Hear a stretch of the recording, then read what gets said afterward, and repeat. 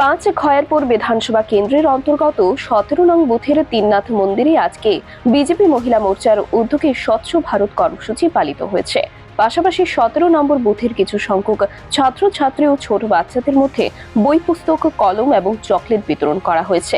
সেই সঙ্গে এখানে 17 নম্বর বুথের চাঁদপুরা অঙ্গনওয়াড়ি সেন্টারের দিদিমণির সাথে কথা বলেন মহিলা মোর্চার সদস্যরা। উক্ত অঙ্গনওয়াড়ি কেন্দ্রে বিদ্যুতের সমস্যা, বাউন্ডারির সমস্যা এবং কিছুটা জলের সমস্যা রয়েছে বলে জানিয়েছেন তারা।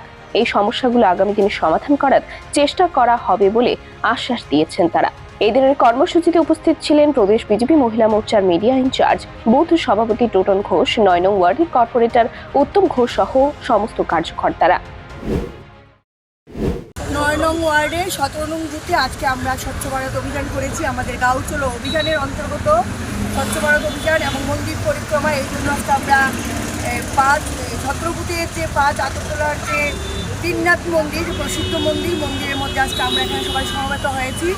যে আমাদের দেশের যে যশস্বী প্রধানমন্ত্রী নরেন্দ্র মোদীর যে স্বচ্ছ ভারতের চিন্তাধারা, দেশকে স্বচ্ছ সুন্দর করা, বাহ্যিক স্বচ্ছতার সাথে আভ্যন্তরীণ স্বচ্ছতা এবং সমগ্র দেশের রাজ্যের উন্নতি এবং সমৃদ্ধির জন্য যে বিকশিত ভারতের কার্যক্রম চলছে, সেই কার্যক্রমের মধ্য দিয়ে গাঁও চলো অভিযানের মাধ্যমে আমরা ডোর টু ডোর, অঙ্গনবাড়ি, তারপরে নিউ ভোটার্স, স্বচ্ছ ভারত অভিযান, মন্দির পরিক্রমা, এই সমস্ত কার্যক্রম আমরা অনবরত করে যাচ্ছি।